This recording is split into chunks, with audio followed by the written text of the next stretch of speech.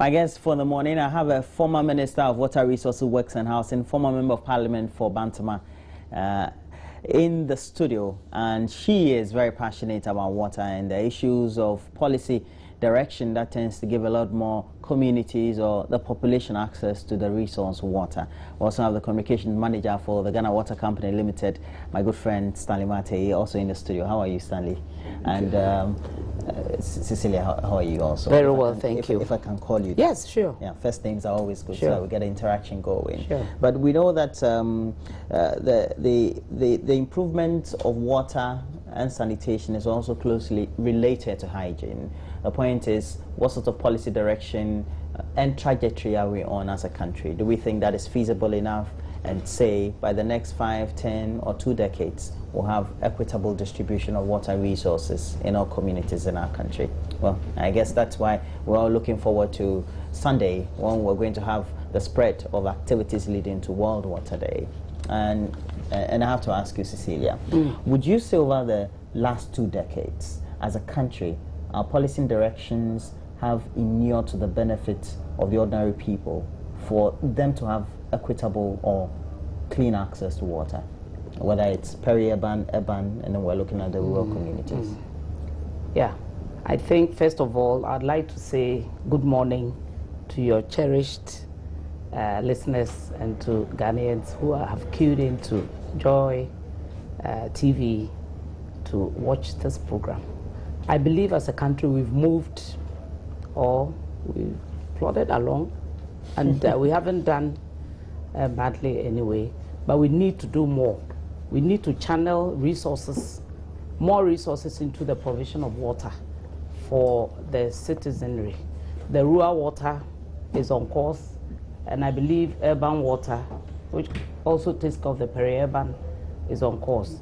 But the agencies that handle our water systems, I think we have a lot of problems in these institutions. They need to be strengthened. They need to be modernized in a way vis-a-vis the PPP systems that can be adopted to improve water supply. You know, Ghana is heavily controlled, I mean the provision of water, by donor countries, you know. So they tend to fund many They of... tend to fund most of our projects, apart from the loans that Ghana Water can also secure through the efforts of government to improve water supply. So I believe the MDGs can be achieved. But one thing I want to make clear is that Ghana, we don't lack water. You know, we have a lot of rivers, lagoons and lakes. The availability of water is not a problem. The problem is the availability of potable water.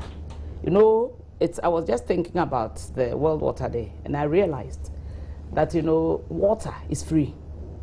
You go to a lake, you can just take as much as you can. Nobody will go and arrest you. You go to the river, you can bath, do everything, nobody will arrest you. But when we come to treated water, that's where we have a problem. So what happened to us? Now, as far as we're concerned, from because you come from the distribution side, and as far as we're concerned, making sure that those in your catchment area or your operational areas get access, how do we make sure, for all the concerns we have about not having inadequate facilities for distribution, obsolete facilities as we have them, how do we say we've put in place policies that are going to remedy the situation? Yeah, thank you very much. I mean, with policies, I think the policies are supposed to be formulated by our political leaders, and I think on that score, they are doing very well. And then for us, the implementers, we also doing our best. Okay, and when the policies come, we have to implement them. Now, it's capital intensive when it comes to water. And if you look at our tariff regime and our tariff system, it's a bit problematic for us. It's a bit of a challenge for us, the implementers, to kind of implement the policies to its fullest. And we need the support of our leaders. And as much as they try to support us, it still is inadequate. Okay, but we still will urge them on. We still will work hard and then make sure we meet the aspirations of the ordinary citizen. Now, we can also help ourselves. And how can we do that? With the little monies that we are supposed to pay in terms of revenue, I think we should be forthcoming with that one. We should be responsible citizens enough and just settle the little bills that that come our way. For us in the water sector, our payment system is a post-paid system. You consume the water before you pay. So the little that you consume, you are billed for, and you should be able to pay. But we have this challenge with our consumers, such that if, for instance, you consume water in January, you get your bill in March, and let's say somewhere in February, there was, let's say, some erratic flow, then they tend to say that because I didn't get enough water, or I didn't get water maybe the previous week, I'm not going to pay. But it is something that you have consumed already. Meanwhile, you are being billed on your consumption, okay, or according to your consumption. So just settle the little bills. We'll have little money so that we can invest back into the system with all the revenue that is accrued to the Ghana Water Company Limited. We invest back into the system. Okay, you don't see Ghana Water Company Limited staff in flashy vehicles or living ostentatious lives and all that. It means that we are not well-to-do. Okay, it means that we are not utilizing the revenue to our benefit. Okay, we invest back into the system to serve the general public very well. So with policy formulators and policy implementers, I think we are doing our best to serve the general public, and we are working hard to do more. So we expect that everybody who is part of the system should do what is expected of him or it is expected of him, so that we all can move on as a country. While expansion is crucial, we also have to make sure as a country we are in a position where we create the access in such a way that people will be able to pay. The point is, if we look at the living conditions of people, or perhaps their income levels, and then at one side we say people should be able to pay for what they consume, where do we draw the balance? Where do you think we need to draw that very balance? Well, we have to invest in the resources, but people also need to be ready to pay. If they can't, then what happens? Okay, let me come in. With payment, okay, I think our governments have done well in terms of managing the tariff system. For instance, there's been subsidies. They try not to give us there hasn't been full cost recovery when it comes to the utilities. So it means that government is doing well, and I'm sure government is also looking at our income levels and all that. So government is doing well in that vein. Okay, so for us consumers, we should be able to do the little that is expected of us. Because if you look at, for instance, the tariffs for water, now 1,000 liters, which is equivalent to 220 gallons, which is about, let's say, for the layman, it's about the size of, also about the volume of 8 drums of water, or between 5 and 8 drums of water, depending on the size. The big drums we have. Yeah, depending on the size. It's less than 2 cedis. Okay, now how much do we buy a bucket of water from the vendor close to us? Okay, we pay for that one, let's say 30 pesos. Let's say a bucket, 50 pesos a bucket, or let's say a gallon. Now, 8 drums of water is less than 2 cedis, and we refuse to pay that one. Now, let's take this. How many, when it comes to our mobile phones, we buy credit all the time. It's easier for us to buy credit. But when it comes to payment of utility bills, especially water bills, it becomes very difficult for us. Why should it be so? Now, how much is a bottle of beer compared to 1,000 liters of water? But if we find it very easy to buy a bottle of beer and buy for friends. How much is a bottle of beer? I don't drink alcohol, so okay. but I know I buy beer once in a while. I know that. For it's example, the ordinary bottle is about between 4 and 5 cedis. It depends on where you're buying. Yes, and even if you go to the elite places, you buy it About 8 10 cedis or more. or 10. You know, but it's easier for us to pay for that one rather than paying for our utilities. Water they have consumed a whole month. Well, somebody will say it's more convenient for you as managers of the water facilities and distributors to say, well, people are not responsible enough. But as far as we're concerned, on the strata, you look at the macro as well as the micro level. When people are not endowed economically, they may get access, but paying could be a difficult thing. It's not. It doesn't come easy for somebody, for example, to be citing, let's say, for somebody in a community, could be a peri-urban community in Accra, having access to enough to say, I'm going to buy a beer. It doesn't happen. The person would rather go and drink the local gin, so to speak.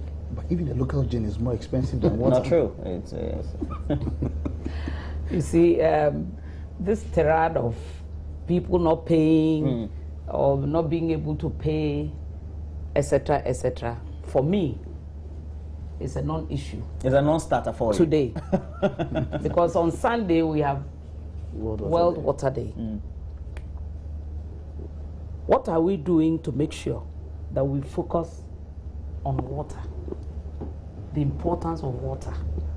It's all about education. People need the water for industrial purposes, for agric, for domestic use, for health issues, etc., etc. And they say that water gives life. I qualify it as good water gives life. Because if you drink contaminated water, you'll die. You know. Apart from that, if I have an industry and I need water, you are limiting it to individual use. But I want you to spread it to the industrial level, to the agric level, etc., etc. They all use water. So if you tell me somebody has bought beer and cannot pay for water, it's an issue. The person has choices. Every consumer should be made to pay, voluntarily or not, or otherwise. So if you have a system that you produce 100,000 gallons of water, but you have 50% of it going waste, and then you tend to bill the individual consumer or industrial user with the waste, that's an issue. That's an issue. So the problem of not getting, I know it's being subsidized. It has been continuously. But I think you should also be up and doing to make sure you sensitize the public, and then you don't sit here and say they shouldn't buy beer. They should buy their beer, but pay for their bills. That is life.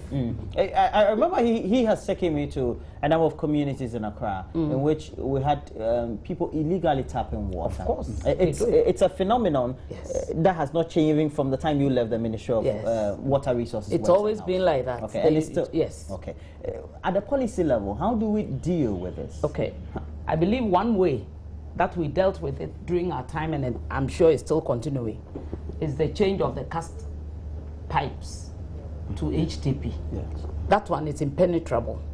You cannot. So during our time, there was this policy that when we do a system, all communities en route are to be served. If you don't serve them, and they know the pipe is passing through here, they will take and tamper with it. Fortunately, that has been the policy. We introduced it during our time. So if we produce maybe water in Kokomlemle, all towns or all communities en route to wherever will be provided with water.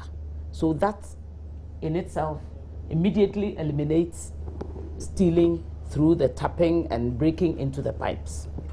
And then one thing also is that, you know, since the 60s, most of these pipes haven't been changed. 1960s. Oh yes.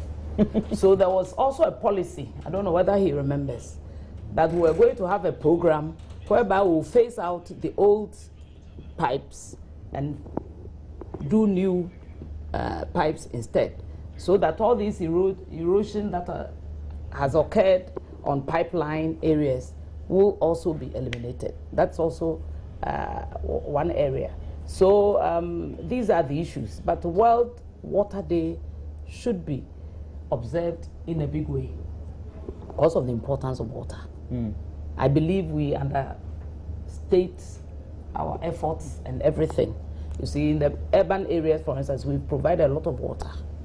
But still, like this much touted Adenta water. Not everybody getting access as far as the residents are concerned. It's not that as soon as you turn on the machine, water flows. You know, you have to work on the pipes. The underground pipes. And connect them to homes. That's where the end user gets his or her happiness. If you just say, I've just provided, you see people on holding these yellow gallons going to look for water. Without water, you cannot live. You know, 70% of our body is water. And water is so essential, so essential. Even for newly born babies, you need to wash them with good water. In communities that don't have water, what do they do? What do they do? But we are on track. As I said, we should invest more in water. This Kwong water was started in 2005.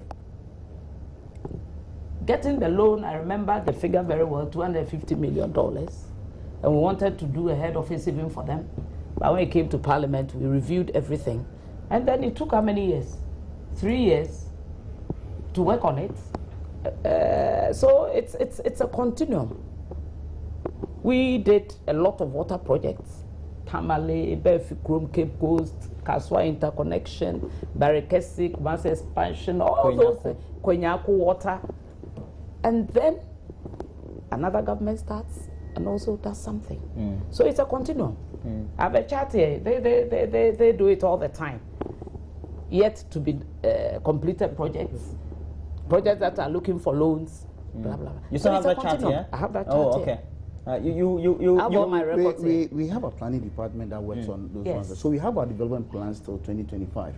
And all these projects are on paper. We are sourcing funds. Government is supporting us to source funds for these projects and all that. So it's a very good vision, at least to serve the people of Ghana. At least everybody, 100% of our population having access to water by 2025. I know, for example, you have a task force, a maintenance unit, so to speak. I don't know whether it's a combined department. And I've been with you to some of the rounds. You go to the communities, you go and see, do the inspections, and if they are bust, you tend to arrest or perhaps also tend to disconnect. But the illegal tap-ins, how do you deal with them so that there could be free flow and access to a lot more people in urban communities? Yes, we still have the loss control team, our task force, which we call the loss control teams, still functioning. Now we have resourced them better, and they are working harder than before. And I'll take this opportunity to alert the general public that if you have any illegal connection, it will be in your own interest to just go to the Water Company Limited, the nearest district office, and just talk to them to regularize it for you. It's better than we coming to arrest you. And now, with our neighbors who are very much aware that we are involved in illegal connection, I want to advise that if you know that a neighbor, a brother, a sister, or whoever, your father, is involved in illegal connection, it means you are paying part of the water that he is consuming for free. So why don't you inform us so that we'll regularize it, and then we all can pay the little that we are supposed to. What percentage of your distribution is lost to illegal tap-ins or illegal distribution? To illegal connections, I would rather say that our non-revenue water now stands around 42%. Okay, and we have fiscal losses and we have commercial losses. The commercial losses are more or the percentage of commercial losses to that of fiscal losses is far higher. Okay, so it's a bit of a challenge, because if it's the fiscal ones, I mean, when they are best on the streets and all that, we'll do all we can to rectify the situation. Now, our response time is less than 48 hours, so we are doing best in that vein. But when it comes to the commercial losses, that is where we have that challenge, because the money is in your pocket. You have consumed the water and you need to pay for it. Okay, it will be very difficult for me to come hold you up and say, pay me my money. Okay, looking at the population now, how many people can we be visiting daily to to insist on the payment of their bills. So all we are asking for is for us to be responsible citizens. I mean, for this other countries that we admire so much and we see their systems are functional, it's because they do what is expected of them. It's because they're just responsible citizens. They are patriotic citizens. I mean, how much, if you add your utility bills to your monthly budget, it wouldn't change anything, okay, to rather make you a happy person. I mean, you always will be thinking right, you always will be yourself, other than always looking behind you to see when loss control teams will be coming around or when any tax force will be coming around and that, and all that. So let us live responsible lives, and then we'll be able to function effectively. Thank you. I wanted him to touch on this issue of appealing to his own staff Yes, and colleagues who connive with people to also do the illegal connections, because at times the person has no technical knowledge and yet the illegal thing is done.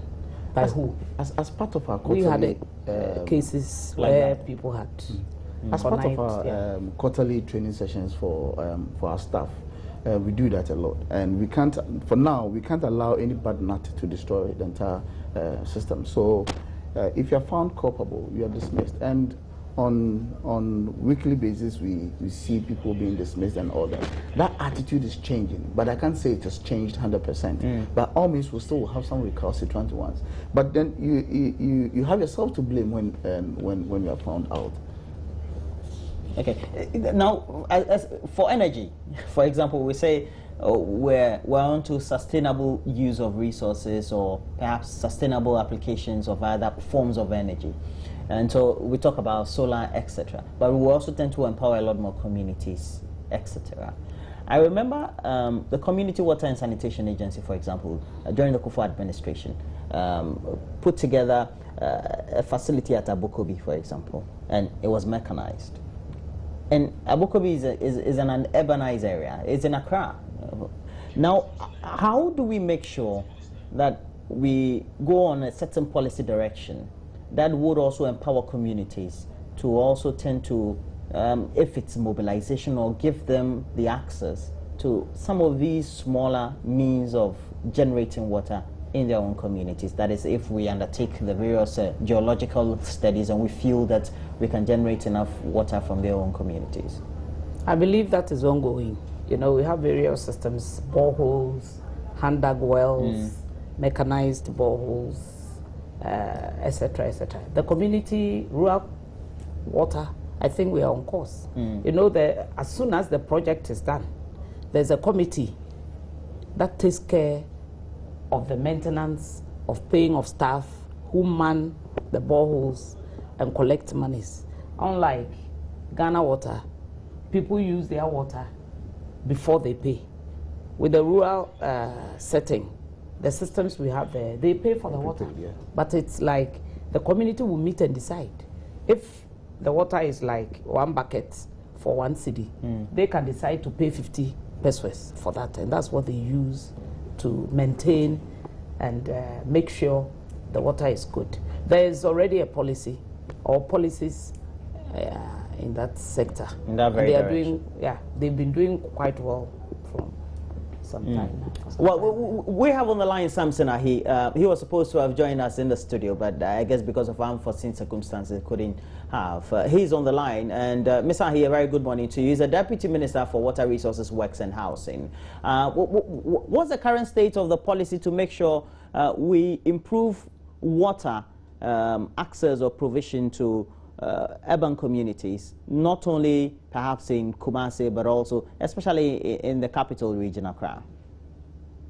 Yeah, thank you very much. Good morning to you. Let me stress that I was never invited to the studio this morning. So it's not true that I was joining you and one of the reasons I couldn't come. Let me also say good morning to you. And it's a long time ahead about that. And I think it's been a good job. Yeah, let me say that we know that as a country we have not been able to provide water to all Ghanaians in both urban and rural communities. I'm sure Anthony has said it, that in Ghana we have two agencies responsible for provision of water to Ghanaians. We have Ghana Water Company Limited, which is responsible for the production and distribution of water to urban dwellers. And we have Community Water and Sanitation Agency, also responsible for rural water. Now, in both situations, we have deficits. In this Accra, until recently, the total demand for water in Accra and Tama alone was 115 million gallons a day. As the country in Accra and Tama was doing 93 million gallons a day. The Wager Dam was given a 53 million gallons, and the pond was given a 40 million gallons. It gives us the deficit of 57 million gallons. But projects that have been enrolled by government have actually addressed this deficit. And now, Accra and Tama, we have been able to clear the deficit. What we are working on now is the distribution channel into newly developed communities so that they can access water, and also trying to change old equipment so that they can contain the pressure as required today. So, for Accra and Tama, that for new lines that need to be constructed, that for the use of obsolete equipment, it needs to change. But the assurance also is that somewhere in November last year, government secured 48 million euros to undertake the expansion project. And so that is what we are working on now. Okay.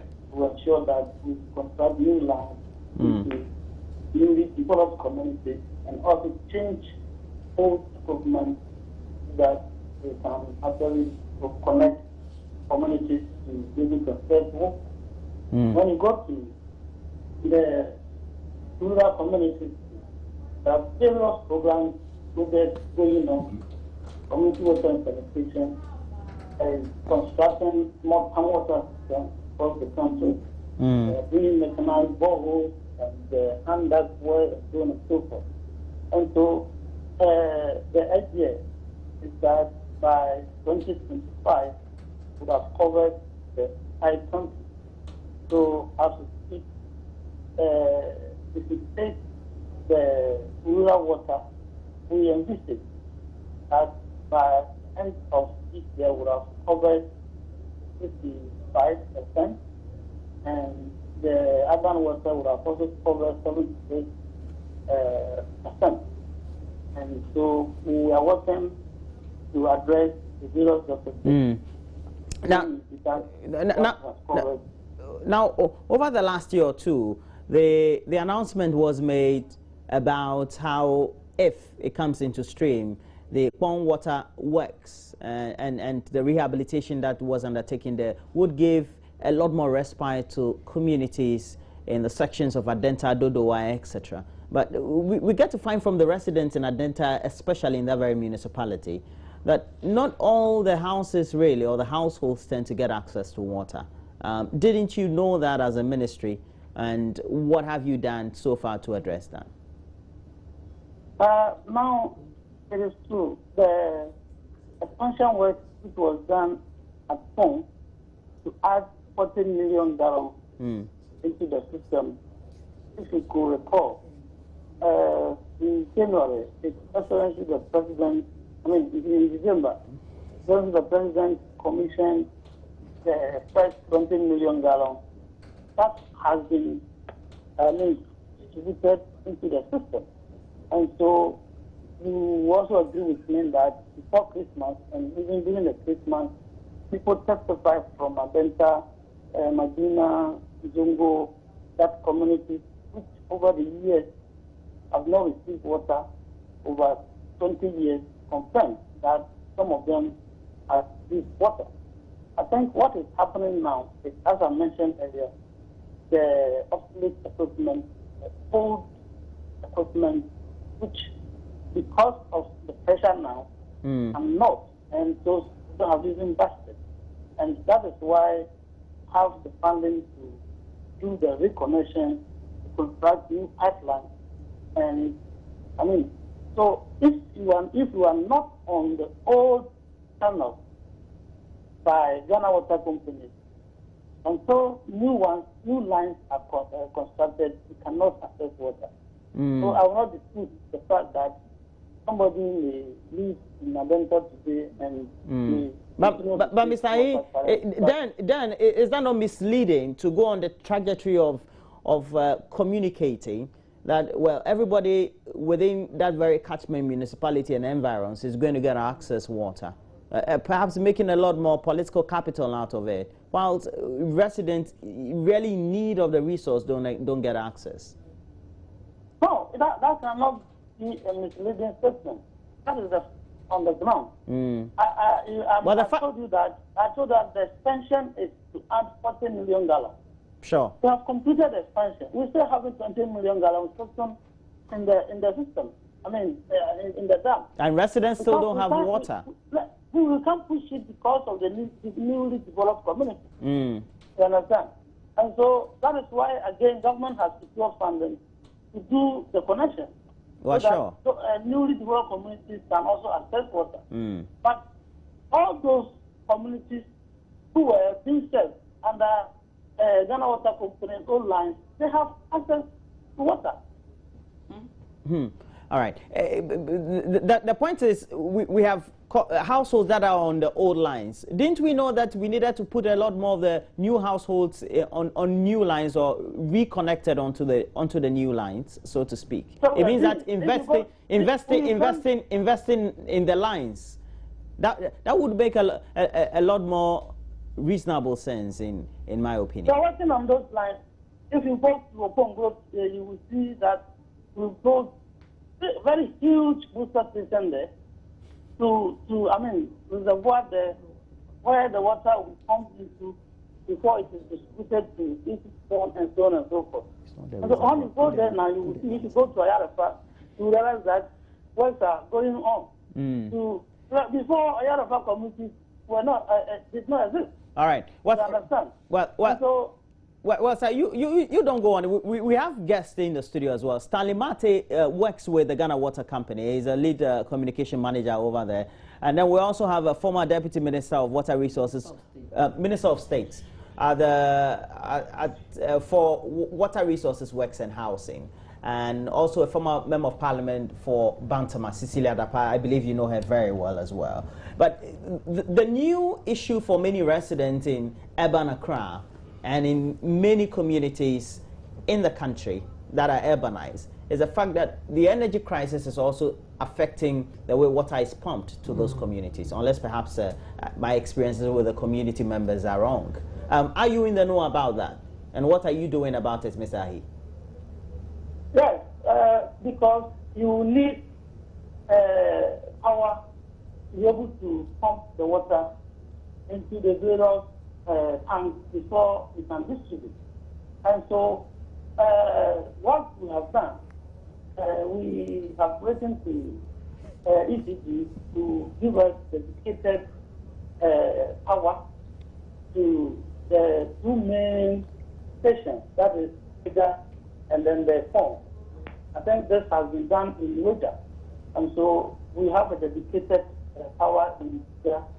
So it doesn't affect, the ongoing load shedding doesn't affect production of water there. What we have not been able to complete is the phone one, which we are also working with ECC to get that dedication power to people that we can pump and distribute water 24 hours.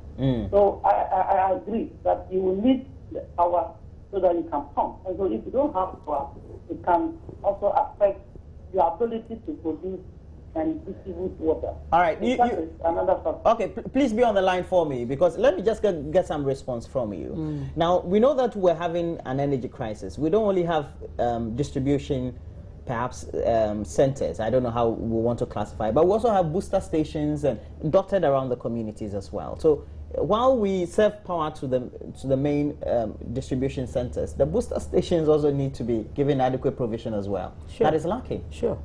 You see, I'll just come in here and say that water is so essential and so critical to our lives that we don't do propaganda and politics with water. In Parliament, for instance, when I was there, every loan about water never attracted any controversy because we knew that Ghanaians were looking up to get water. So whatever we can do as a people, whether you are in government or outside government, or you have any vision, is to make sure when you say you are bringing Cecilia water, Cecilia better get water. So my colleague Honorable should make sure that all the people in Adenta get their water, either by the provision of the new pipes or booster station to make sure that pressure is regulated. He said the pressure has caused some burst in pipes, etc. But I know that there are old lines that have never been changed. So it will always be good to have this project, like when we are having a water project, the provision of some Extension and distribution lines. not the extension, that is one, but a mechanism whereby we can have as part of the loan acquisition a system to power the facility, so that we have so that for example, when we have a crisis like this, we don't have any problem with the provision of water. You see, because I know we don't have to reinvent the wheel. It can be done. It's been done in certain areas. You see, we cite like Cambodia and Uganda. Their water system and provision was so bad, but they had awards because they succeeded in doing it. We can always go and learn or be open to new ideas. You see, because if we just toy around with it, we've written to ECG. ECG getting a dedicated line, I don't know when it's going to be. So it's a problem that that we need to resolve as quickly as possible. Let's talk the aspect about the communication. Prior to the inauguration of the Pond extension? Yes. Okay. We had all the communication going on about how this is going to resolve the problems in Adenta, etc., and its environs, and it hasn't. As government, how do we need to get the communication? We tell the people the truth that, well, these are the facts on the ground, but this has been completed, and this is how you're going to experience your distribution. I would have said that this is a government problem, but I believe we should all learn from some of these excessive propaganda with provisions of, because every government must provide water, every government must do roads, every government must build up our health system, education. That's it. But at the end of the day, you list out what we've been done. Like I can sit here and rattle Kofodria water, Befi Chrome, Tamale, Konyakon, Kaswa interconnection. Even when those days were having, I think it was the dates, okay. The East-West interconnection. Wager, we did an expansion. We can also do expansions on existing projects. This Bong facility is not going to solve Accra's problems. No, water problems, no. Even the capacity that the project is built to give, it's not enough to resolve. Am I with you? Yes, it's not enough to resolve Accra's water problems. The politicians are talking, so let them talk. You wait. So are you on the line? Yes, I'm on the line. We need to be truthful with ourselves and to the communities, because if we don't do that, then we'll be having problems. Ms. Ahi, by your ministry's assessment, and I know currently, for example, areas in Cape Coast don't have water because they don't have the energy to power whatever booster facilities they have to pump water into the homes of many people. For your ministry, what percentage do you think is now needed to perhaps be improved if it's in the next 5 years, the next 10 years, to ensure we have a lot more of the communities in our urban cities getting access, if it's in Accra, in parts of the central region, or even the Shanti region?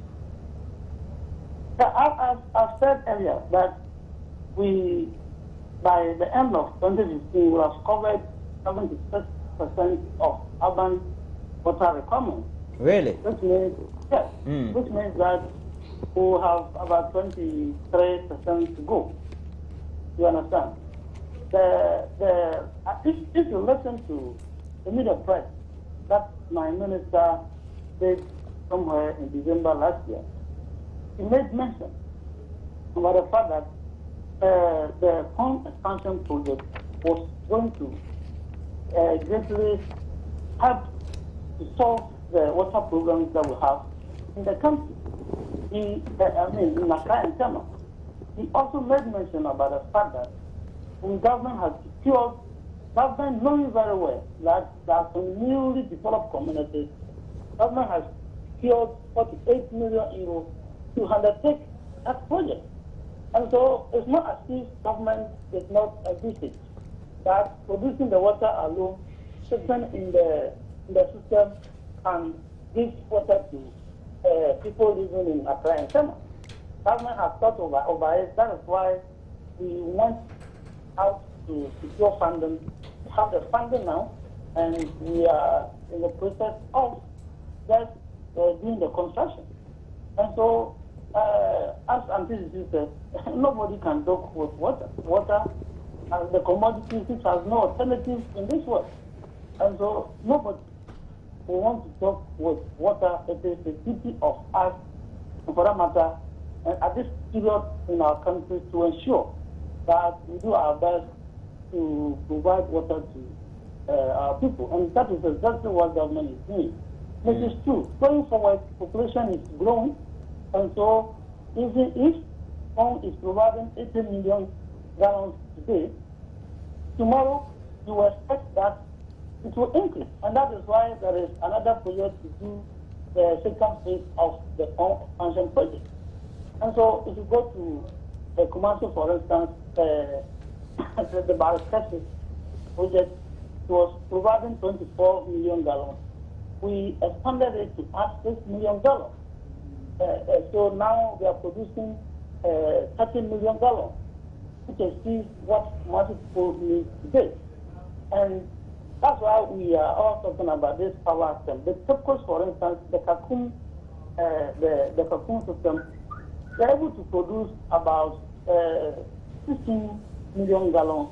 Focus in the university, they need about 6 million gallons on daily basis. So the facility is that we have the capacity to produce water and supply in the excess to what the coast people demand. But as you alluded to, the power issue, if you don't have the power, you cannot produce. And that is what we are working on now, to see whether we can have dedicated power to such important resources so that we can regularly supply water to our people. Well, thank you very much. And we've been also having on the line Samson Ahi, Deputy Minister of Water Resources, Works and Housing. He says 77% also. That's a yes, that's coverage for the You're also country. in tune with that. That's good statistics. Yes. But it must be explained. Okay, currently, as I speak, access to water throughout the country is around 65%. But with the projects ongoing and those that have just been completed, we expect that coverage will increase to about 75% by mid-year, as he said. Now, there are still more projects ongoing, and we'll keep adding on. And we have a vision to attain the 100% mark by 2025. Okay. One thing I do know, though, we'll attain 100%, but we'll still be having difficulties with sporadic supplies. Which one is more frustrating? You know, for example, in your area like Adenta, or let's say in an area like Dansuma, you're supposed to be having access daily. But then you have maybe some areas around Choko will have, some areas around Mamprobu will have, but main Dansuma will not have. Sometimes we'll get. Which one is more frustrating? Rationing. I just even wanted to touch on the fact I told him to explain. You see, there are households that have direct access to the water. There are households that have water delivered by tankers. Yes. They are all within that group of 70-something companies. Of getting access. With tankers. No. And then there are people who have to buy from these gallons. You see, you go to their home, the water is there, but the person might not have a pipeline straight into his or her. That has got to do with the income levels more. That's what I'm saying. You see, it's all part the peri-urban areas. You know, newly developed areas. Some of them don't have, so they use these tankers to provide water. It's a fact. And all those things create the inadequate access we're talking about. Yes. And when we talk about access, the UN has a definition, and we also have our definition. Okay, so that within a certain distance, if you have access, you can get water. Let's say on by a standpipe. Okay, then you have access. Beyond that distance, then you do not have. You understand? So what we are saying is that access now, okay, is 65%. For instance, if you visit a community where access means you have the tap in your home. No. Well, it could be your community. Your home and your community, because we have standpipes in your community. Yeah, it means that water is in the area. Yes. Okay. I wanted to cite an example with some communities. I wouldn't want to mention any community, but there are some slums where it will be extremely impossible for us to lay pipelines into people's homes. Okay, so the only thing like areas in Ashaman or I wouldn't want to mention. Okay. I grew up in Ashaman, so I know that some of those areas you have to dig into people's bedrooms. I come from Teshi, and for instance, the Teshi main town it's a very old town. Okay, so you can't just go dig, and we were digging behind somebody's room, and by the time you realize the whole building is collapsed because they are very old buildings. Okay, so the only thing we can do is to mount standpipes at strategic locations so that everybody can have access to the water. Besides that, the low income levels are such that they can't afford for the new service, the service connections. To come in here, during our time, for instance, we had these huge tanks in communities. Yes, we still whereby people, yes. That's so right. that was I've also seen some good. in Labadi, Exactly. Yes, we still do that. And that also is good. At least if you don't have it in your home, you can go there. It's close by. So we're expecting that by 2025, we should hit the 100% mark. How do we relate all these we're discussing with sanitation? Because, for example, if we have all these in the communities, when you get access, the way you treat the water is important. Not you have to go and treat already treated water, but the way perhaps you handle it before you go and pour into a barrel in the home and all that.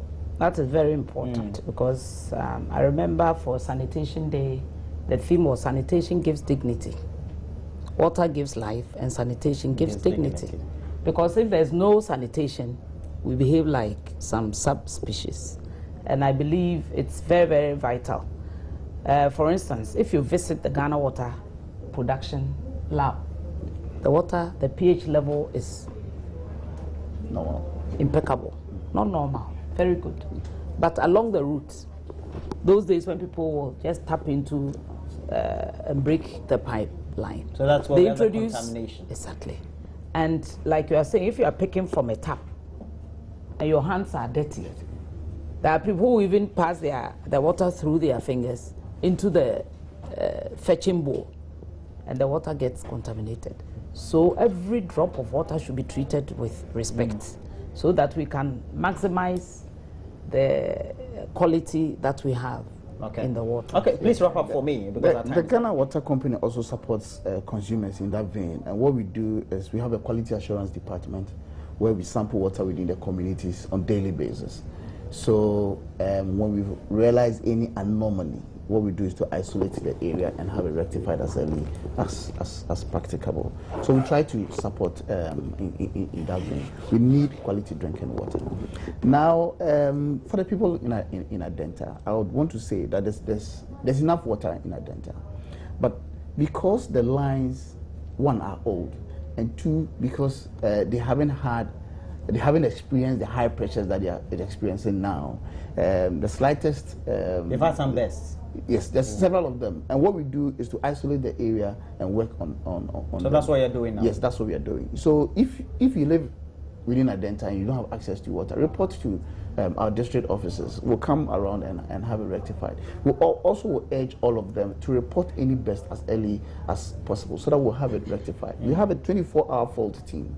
Really? So if you call our call center... How come you couldn't identify that for decades when pipelines have been laid and there's no water? Once you have a force of pressure... I mentioned earlier on that it's capital intensive. Okay. You didn't identify before... before giving the go-ahead to the politicians to go ahead and announce. For instance, a lot of people said that there's been a policy to replace all these lines, but because it's capital intensive, we are doing it in phases. All right. My Honorable Samson also mentioned that government has sourced some funds for us to enable us extend lines and change some of the lines. So it's a project ongoing, and we'll do it till we have a stable system. All right. Thank you very much. And my guest this morning, former Minister of State, responsible for water resources, works and housing. Thanks for joining me, Cecilia Dapa. And Honorable Cecilia Dapa was a member of Parliament for Bantama. And thanks for joining me, man. And you also, Stanley Mate, my good friend, and he is the lead communication manager for Ghana Water Company Limited. Thanks for joining me, Stanley. Thank you. All right. We're taking a break. When we come back, we'll have a lot more for you. Okay.